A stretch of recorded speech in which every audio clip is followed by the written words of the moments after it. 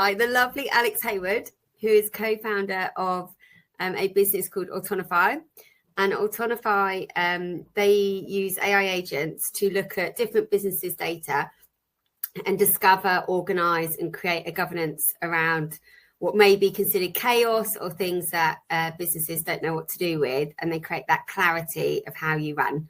But Alex, do you want to give a proper introduction as to what you do and how it can help small businesses and entrepreneurs alike?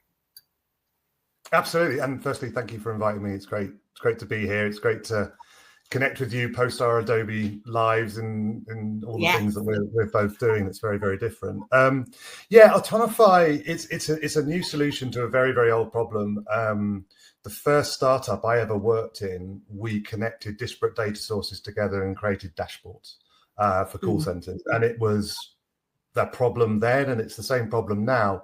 What's changed is that businesses have more and more complicated data. Even medium-sized businesses have tons and tons of data and data sources. And, you may have SaaS products that are sending you data and things like that you're using to run what you do.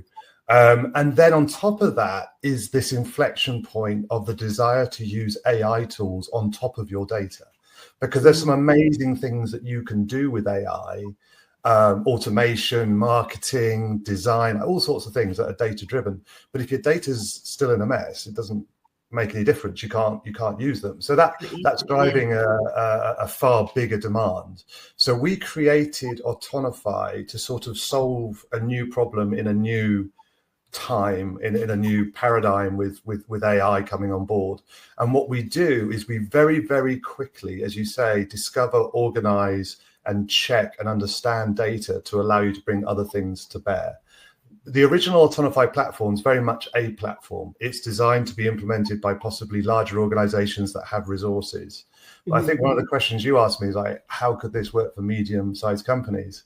And that's actually one of our missions as a company, is to bring enterprise level solutions to mid-market. Because I feel very strongly, and the other founders feel very strongly, and I know you've been through this too, is that for too long, large companies have dominated enterprise software, and middle-sized companies and smaller-sized companies have been priced out, complexityed out, if that's a word, to have access to these things. So what we've decided with Autonify is we offer it to big companies as a platform, but we use it ourselves to develop point solutions that are offered in a SaaS environment. And we just released our first one called GoMask, which is a pure SaaS digital offering that's specifically around the problem of test data management. So if you're developing solutions or you're testing systems or workflows and you need synthetic data, go and use GoMask. In January, we'll be releasing another one, which I can't name yet, but it's the same idea. That'll be a point solution around data. And in April, our current timeline, there'll be another one. So we'll keep releasing these every 6 weeks. They're all built using our own platform, but they are specifically designed to solve that problem of, as a small, medium business, or even a department in a larger organization, I just need to do this one thing. I don't want Informatica or IBM or any of these huge, the big guys. Exactly. I just want that thing that solves the thing, and I don't want to deal with a sales team. I just want to go online, sign up, get it. And that's kind of our mission as an organization, and very much born out of a lot of my experience working in enterprise software and selling at that sort of enterprise end of the market. It's funny, isn't it? Because I think coming from a corporate background, like you said, at Adobe or any other of the big companies, coming into smaller businesses, you realise that people have still got the exact, if not more, ambition. But the thought of using the tools that we would have defaulted to within Adobe actually are so intimidating that to have that kind of knowledge and that package in a smaller company that still executes just as well as like the big enterprise guys, I don't feel like there's that much opportunity for people to meet people like you guys, because you just assume, oh God, it's going to be really expensive, it's going to be really unaffordable. Because actually, I guess what you guys are really good at is working with the business to understand what they need to do, and actually how you help them. Yeah, I think friction was always kind of my watchword. Is we wanted to remove friction from all parts of it. And that is everything from buying it to using it to executing in it. And actually, if you look at what we did in Adobe, there was tons of friction around these enterprise tools as well. Like you remember, it didn't really matter which thing, whether it was reporting or getting a website change or writing some copy, there was always quite a lot of friction. And that friction was caused by the need for specialists who understood the tools, and we had to go through different layers. And that was just the nature of the beast, because otherwise, you might break something. So that's, Adobe is in no way unique in that. Like, the whole of the economics around enterprise software are driven by big organizations with big teams buying very expensive software to do big complicated things. But actually, the way that modern business is operating, particularly in the sort of small to medium space, people just want to be agile. They just want to solve it, get on with it. They've got great ideas, just want to execute and not actually lie. Yeah. And what kind of businesses, like, would this work, or is there like a type of business you think that is suited better? Like, what kind of businesses can work and benefit off using the platform? So at the minute, all our solutions we focus around data problems. So, this idea of test data management. So if you're a business that is working with companies that have a lot of PII data or protected data, and you're building them something, like you're a consultant that's building a tool set for an NHS subcontractor that has a bunch of production data that you can't use because it's got people's names, addresses, date of birth. So you need to protect that data to be able to build a thing. Or you're building a complete stack for your business, and you want to test a use case that's driven by data that's quite unique, and you need to be able to design that with data. You can use us. So, and at the lowest tier, it's kind of like almost the individual contractor that just, is like you and I, that's working at home, that's building stuff. I just need something to do this thing for my client. Then you come to us and you can sign up and grab it, and then you can cancel it. We actually don't mind. That's the whole point. So the next three will be about that. There will be those data problems that people are looking to solve. We've also got some other ideas around B2C stuff, all sorts of things, because we've kind of landed on a methodology of building that's, I guess, extremely AI first, but backed up with some really, really strong experience around how to make sure we keep the quality in the things that we're doing. Because the danger with AI stuff is obviously the slop that can come out can cause problems, but we've built a whole methodology, a whole framework, a bunch of checks and balances that allows us to build product, get product out there extremely quickly, but in a safe, sensible way, right? And then it's trustworthy then, I guess, as well, rather than just being so quickly independent. So one of the things that I was so excited to obviously ask you to come and speak to me was, as we've said, our background's very Adobe, very corporate, different businesses. And one of the things that I kind of, when I started working with small to medium businesses, noticed was all of that like resource and the access to like experts in their fields and talking to people is just so limited. Like, I found it really sad in a way that I think I took that for granted, that realizing at the time that, oh God, we've got another guest speaker, like that's another hour out the day when I've got loads of work to do. And actually speaking to so many local businesses and smaller teams, they don't have access to that. And I really wanted to create a space where we could just kind of like encourage people who may have been on a similar journey to you and I, that they've left corporate and actually decided, do you know what, I'm going to do something totally different, or something that I've had an interest in and I've kind of done on the sideline. And just how like we can show that it can be successful. And it's like, although corporate life has many, many perks, and it's an amazing place to kind of like establish your career, what you want to do, and also just obviously stay in, it's also got many advantages as to why you then might want to go and do something like we have. So I would love just to hear about like what made you think when you left Adobe, why didn't you want to go straight back into finding another job in a big American company? Was it that you were doing this for a long time, or like, I would just love to hear about that, to give people like that reassurance that there was after it.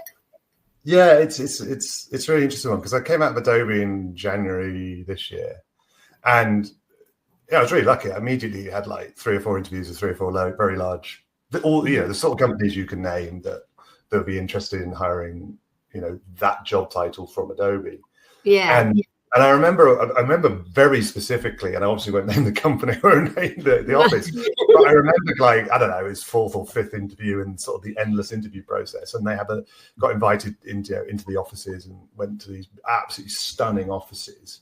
And I was sat in reception, I was looking around, and I'm like, this looks exactly like the Adobe office, but rather than the red, it's a different color, because they have a different color.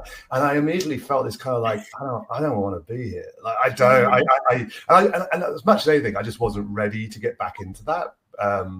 So that doesn't mean I won't do it in the future. But at the time, I was kind of like, this is not what I want. And actually, funny enough, my dad, who's 80, and sort of said, I don't think that's right. And he doesn't know it from Adam, but I don't know, he picked up on something that he was like, how I was feeling about it. So I actually took a step back from that idea, and I went and did something completely different. We had we have a property business that has basically been dormant while I was at Adobe, and I was like, throw myself into that, and I sort of threw myself into that for a little bit, for a month or so, just to have a complete antidote. And then I just started meeting people. And before Adobe, I was always startups. Adobe was my own. Yeah, it was my only big corporate, but I'd sort of, startups have moved on a lot, you know, because I was at Adobe 11 years. So the world had changed, but I started to bump into people doing things in the old way that I was doing things, you know, startup type things.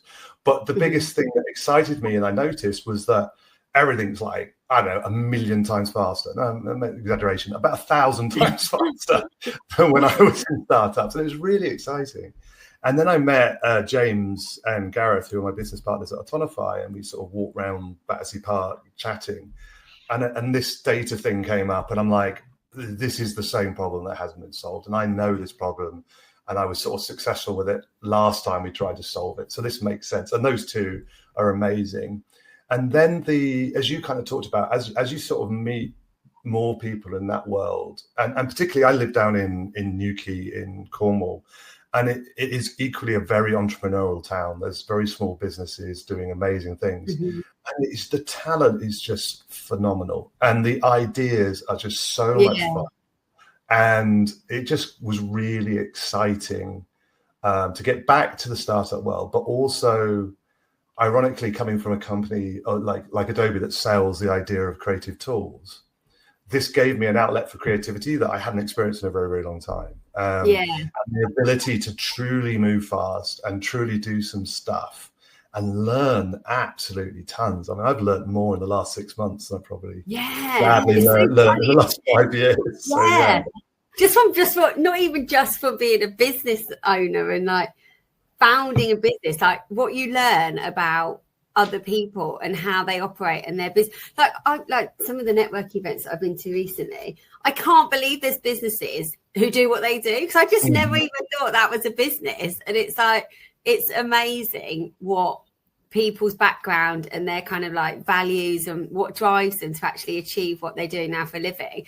Like, I think that's been my favorite part, you know, is like meeting so many types of people and learning so much from them, that, like you said, like I loved all like my corporate jobs and learning from them, but I love tangibly now doing something that I can show I've had that impact on, that looks really amazing, rather than a huge, big, successful company where you can say I've played a part in that. I feel really proud now that I can say I've made this, like this is what I've helped them achieve and been their successful. I think it's fantastic for your confidence as well. I think there's an element of, no matter where this goes, like there is a resetting of the confidence to go, yeah, I can take something from nothing. And well, you know, we had that launch that we talked about before we had this session, where, you know, over 24 hours we hit number 12 in Product Hunt, which I didn't really know about Product Hunt until I got involved.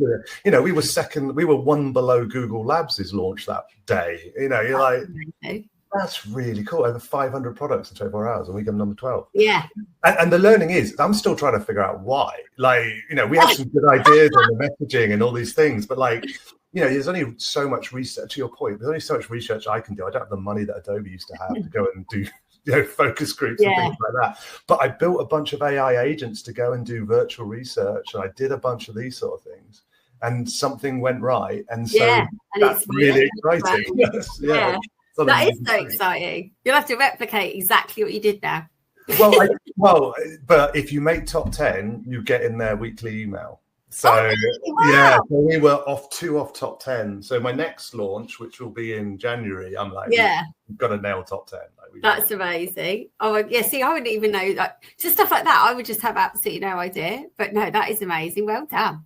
Yeah. So do you guys do, like, will you go to like local networks and find like people that you're working with, or is it very much you guys know the types of businesses and you can reach out to them to kind of offer that solution? Like, is there a way people can come and kind of like see and meet you in that kind of aspect? Yeah, I mean, we sort of intentionally have shied away. With Autonify, the platform, it's a little bit different. We talk directly to companies and things like this. But my sort of interesting, I don't know if this is right or wrong, but my whole drive is that, and we will bring in elements of this to the actual products, but this is community-driven stuff that's useful to the community. So we actually are going to bring in the ability to upvote like new features and things like that. Yeah. So even though they're paying for it, there'll be an element of for the community. So we're very active in all the. It's quite a technical product for developers and engineers and data QA people and stuff like that. So we're Reddit. All the different places we're really active there, so it's more a virtual community than an actual direct community, and that's the nature of the sector, to be honest, because it's spread far and wide. It's a solution rather than you offering that service. Definitely. I think that's another learning, I think, for me, is because mine is very much service based, and like me going to work with different types of companies, it's then so interesting to work with a service kind of like company versus a solution versus an actual product. And it's that, I think the way in which they all operate is so different, yet there does feel like a bit of a crossover sometimes. And it's people like us who have had a specific type of role within a bigger company have then left that company to do their own thing. And it's like, once you meet that person, that's like a nugget of, oh my God, they know loads of different types of companies, or they can offer more advice, and it's just a constant growth journey, isn't it? I think that's so true. And I think the other thing that I've been doing, I mean, obviously co-founder of Autonify, and that uses an awful lot of my time, but I'm also, in a horrible term, fractional. I've done a few short-term gigs for people, helping them with kind of core things, and it's a very service thing.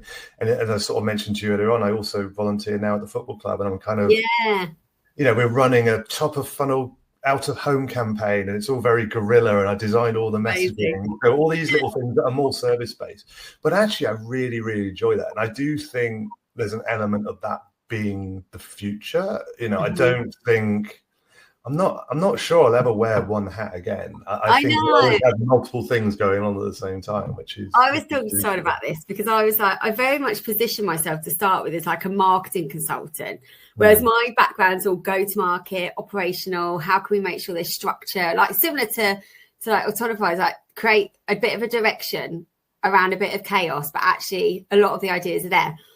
And the more like I've spoken to people and worked with different companies, I feel so much more comfortable now saying I'm a bit of a growth consultant, because actually I've got such a key element of go-to-market that I love taking from like my bigger roles into smaller businesses to say, this is how we can replicate different processes within what you've already got in your ecosystem. But these are different ideas we can inject, versus then doing like marketing, like how can you come up with brand identity versus your values. And I'm the same, and I really like that. And I don't know whether it will get to a stage of actually, I just want to have one thing, but I love that you've got that option to kind of be who you want, where you're needed, rather than no, this is my lane, I'm staying in my lane, let's not tread on toes. It's like, this is how I can benefit you in this way, and the value I can add in different types of conversations. Yeah, and I think the trick with being fractional is filling the gaps where they need the gaps, and that's kind of the point of it in a way, is because I think we do have experience of all these things, and I'm learning every day, but it's absolutely the ability. I think the core skill is learning the ability to identify what the client needs and the gap they need help with, and then helping organize around it. Like I'm working with a company right now on the side that the laundry list is huge. It's like, we need this, we need this, we need this. And like, just the process of like, listen, like, you've got to get these 5 things in place. That's your, that's your top of funnel. That's like your foundation. That's your priority. Because right now you've got like, you can do all these things, but it's not going to point to anything because you haven't got that there. So it's kind of like helping them bring order. I mean, we always used to despise the planning process. I know, everyone hated me because I was like, come on, we've got a strategy, come on. Exactly. But actually, there were very good parts of it around, limiting the size, focusing on the priority, like just the 3 to 5 things, all this kind of stuff. And so that was a very good learning to bring to that. And I think certainly small companies and medium-sized companies, there's just so much to do. Just even that person coming in and helping, a new set of eyes create a bit of sense around it is welcome, for sure. Definitely. What do you think's the hardest thing you found since doing things as Alex rather than Alex at a certain company? Like, what do you think's the hardest thing in terms of what your learning's been?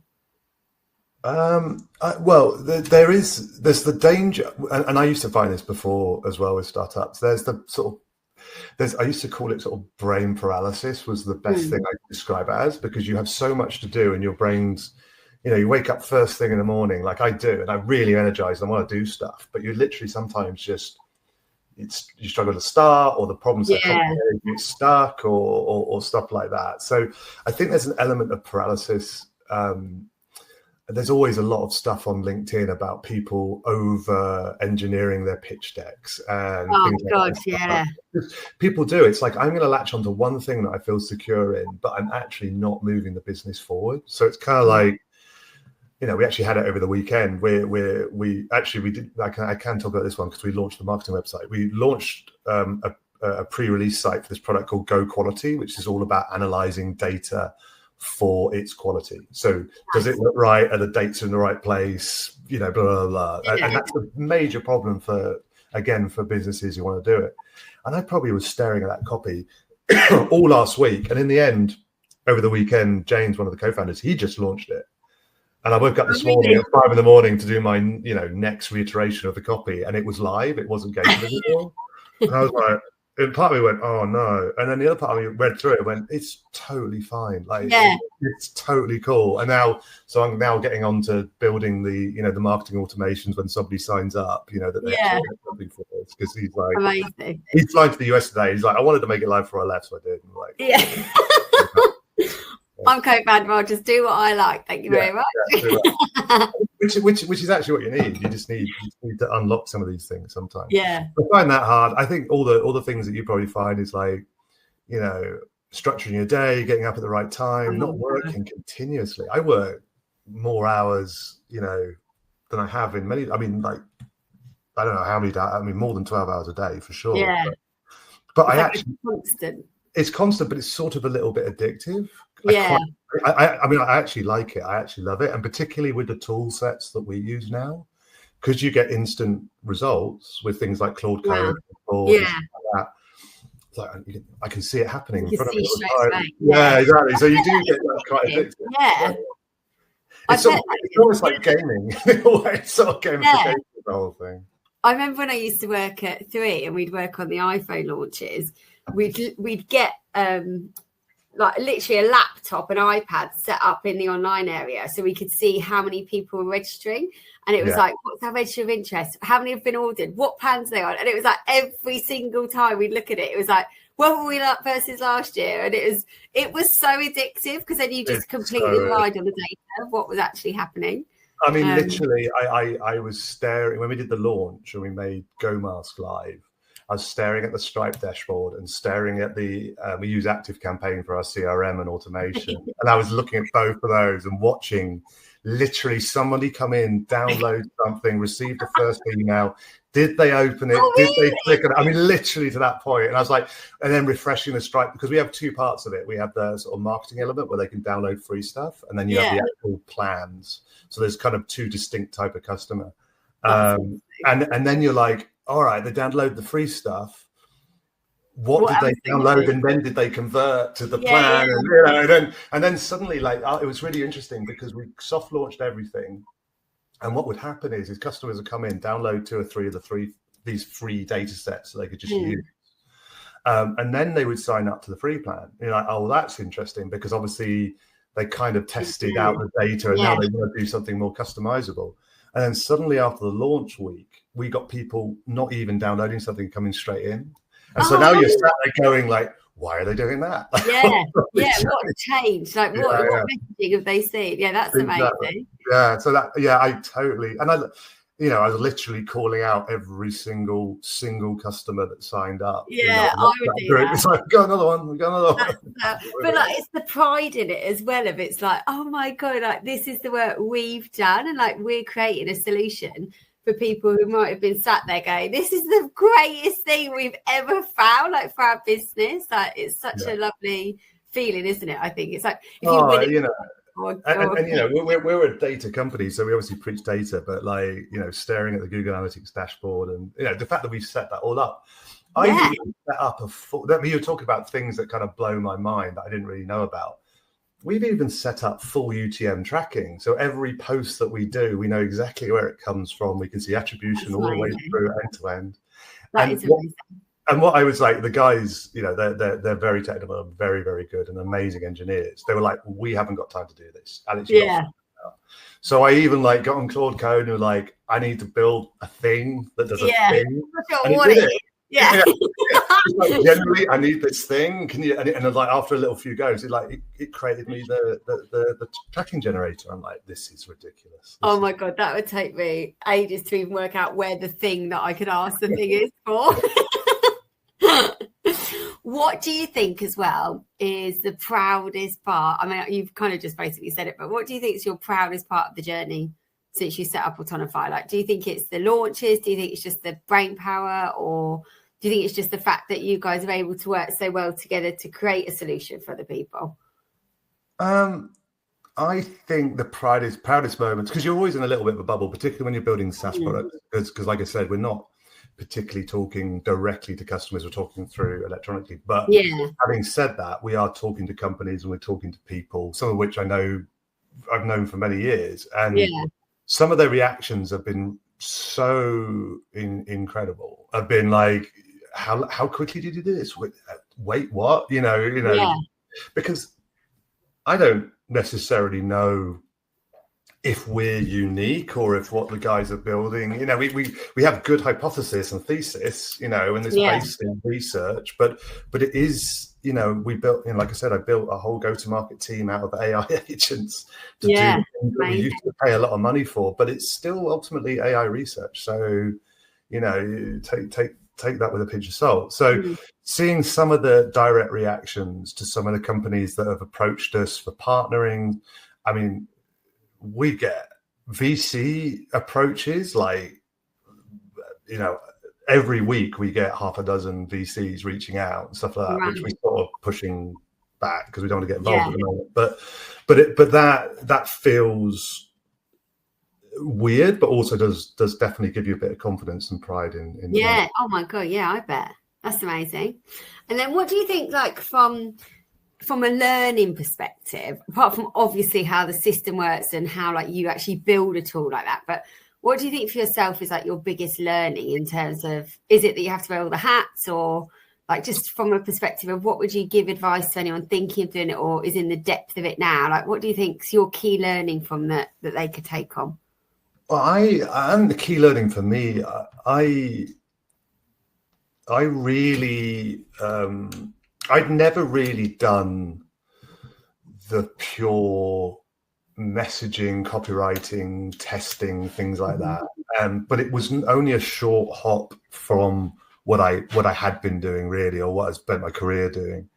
And the go and do it and the research side of it, the research has been the absolute unlock in this whole thing, is the ability to go and take a bunch of data and turn it into something that people connect with, and how they connect with it, and how I've learned to interpret those communities and what they're looking for to define define what we're doing has been huge. I mean, it does take months, and but it feels like that's our secret sauce in many ways. Is like we've got amazing tooling. Like our tooling, I haven't met anybody else the tooling that we have. Yeah, that's amazing. Yeah. But without all the grunt. So what happens is, so this, I guess, this trying to distill that sort of mess of thoughts into one thing is we've shifted from the doing, if you like, because the tooling does all the doing, to more the process of setting it up, the research and the preparation actually now takes all the time. So in the time that you typically would have spent building, we're spending way more preparing, and then building just happens. And so our problem actually is no longer, if you think about the traditional life cycle, even Adobe when we were doing stuff, like, you'd spend all this time planning stuff and then you'd give it to somebody for 6 months and then they would come back with the thing, whether that was a piece of research or a product or whatever. Now we can do the thing, we can build the thing in literally weeks. Wow. So the problem becomes more, what should I build? How should I look? How should I talk to people about it? What should come next? What's the plan? Like, so all that preparation, and we did do this, but we didn't do it in maybe such an in-depth way because you could still adjust in flight. We can't really adjust in flight. When we say go, like over the weekend, something got pushed and it was out. So that's the biggest learning for me is like, it's now the paradigm has shifted. The skill set has to now appear on the front end. And if you don't get it right, you will build a heck of a lot of useless stuff because it's too easy to build stuff. It really is. And is it quite hard to then kind of like, if you did like an MVP, is it quite hard to then switch and go, actually, that's not working? Would you then have to relaunch the whole thing, or can you amend it in flight? We can amend things really, really quickly. But the problem is if you don't have the systems to identify what's not right and what you should have in place, you could end up in very, very fast cycles. And I think the danger with that is you just confuse your potential customer base on what it is you're actually trying to do. So with GoMask, it's really interesting. Like I said, we've got this set of users that are just downloading data sets. And then we've got a slightly different set of users that's kind of coming straight to the product. And so actually what we've learned is we think there's kind of a version of the product between the free data sets and the very complicated tool that's like a very, very simple version of the tool, just for the people that, I've got the data set, I just want to change a couple of things. So then maybe there's like a lower level product that's even easier to use. But we're not going to jump in and develop it until we actually run an actual first-party research thing now. We don't want to just build it and then see if it's right. We actually now want to take a step back and bring in that traditional process of getting the prep right. We'll run a proper survey with an offer around gift cards and see if we can get some of the users to actually align back. Because it's too easy just to build product. And then what have you learned really? Like, it's so true. Like that. It's so interesting. Amazing. Right, now this bit I'm going to cut out because I wrote down 2 questions and I can't really remember them now. Hold on. Where are they? Oh, yes. Right. So we've done the first one. So one of the questions, Alex, that I want to ask everyone, because I feel like I've never been a reader, but probably the last 2 to 3 years, I absolutely love reading books where it's written by someone who's been through the experience, but also it's something that will change my mindset, and it could be across anything.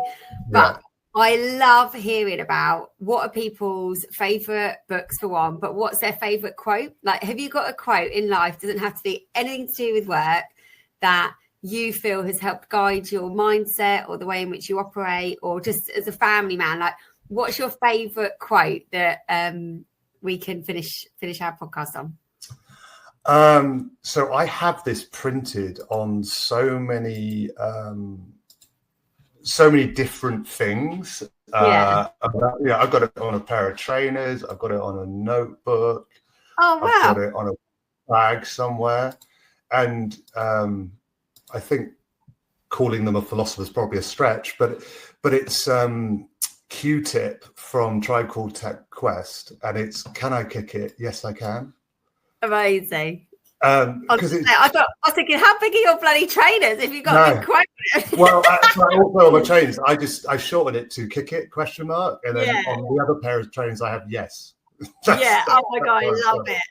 That is amazing. And it's just a memory of like, firstly, yes, you can. And secondly, just kick it.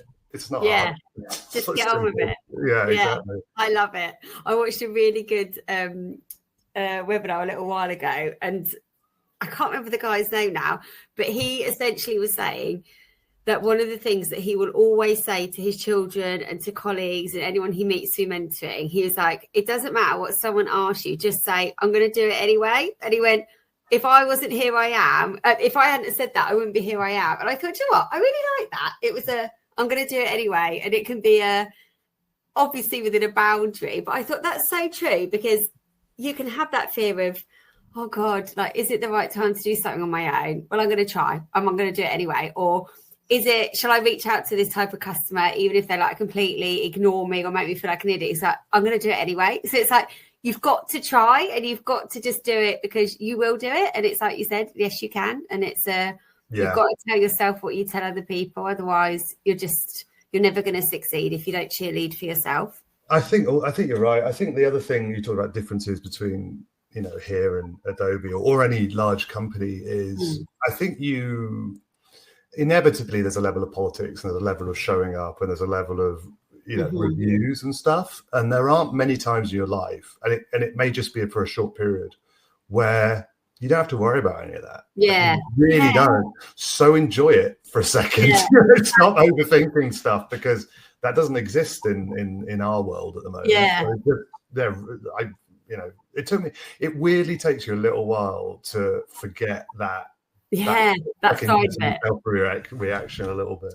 And I still get the from an accountability perspective, I'm like, oh God, I wanted to do this by this date, but it's only me who set that date. And then I dread the date, so I'm like, I haven't done it. And it's like, well, get over yourself, Hannah. You set the same date.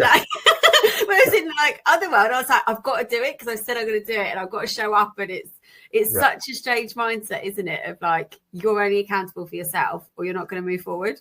It's incredibly freeing. It's also incredibly terrifying, because obviously, how am I going to get paid this week, month, whatever? Exactly. Just you. Yeah. It's anything you're doing. It's not I've got a headache today. I know. Well, this has been amazing. Thank you so much, Alex. And I'll share all your details.